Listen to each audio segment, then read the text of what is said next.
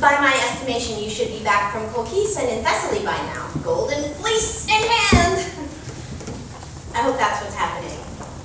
I hope you're not dead. I'm sorry.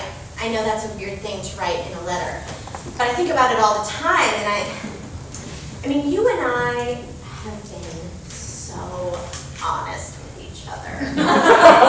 I figure, I hope, we still can be, even if we're not face to face. And yes, I know you told me not to worry, that I can't worry. I have to be where I am, and you have to be where you are. I know this, I understand this. But I mean, how can you expect that of me? How could anyone expect that of anybody they've told their whole life to? Especially when the life was one like yours. Always in peril from the moment of your birth to the moment we first met. I think about you as a baby, being smuggled to the mountains by a servant, even as your parents were forced from their throne by your uncle. And I wish so hard that I could have been there to comfort you. I think about your childhood raised by centaurs, learning the arts of war and the truth about your destiny.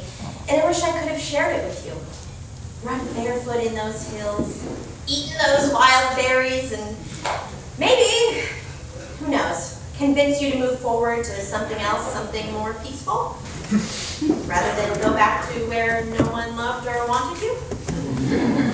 Of course, I understand you have a destiny, that the gods themselves wrote you would go home when you came of age and walk into the city of your birth, 1 foot bare because you'd lost a sandal in a stream while carrying an old woman to the shore. Of course, I understand your desire to reclaim your kingdom and why you agreed to fetch the golden fleece to prove your worthiness, even if the quest is obviously your uncle trying to have you killed. Even if the voyage is long and full of monsters and danger. Even if the golden fleece itself is guarded by a dragon in a field where armed warriors grow like grain and fire-breathing bulls graze on the weeds on an island so far to the east the sun itself keeps a palace there. Of course, I understand why you could not stay here. Stay with me. But it's been 3 months since you and your crew came to Lemnos on your way back to the Black Sea, and, well, things have happened. Let's just say a lot of us seem to be pregnant now. A whole lot of us, including me. Of course, you know that wasn't exactly not the plan. I mean, we're not idiots. We're not schoolgirls. We knew what we were doing, but all right. Remember when I said I wanted to mother a new generation of better men? That I wanted to repopulate my little kingdom with sons and daughters who would rule wiser, better, more gently than their ancestors? Well, I didn't mean alone. I had always assumed I'd be doing it with someone.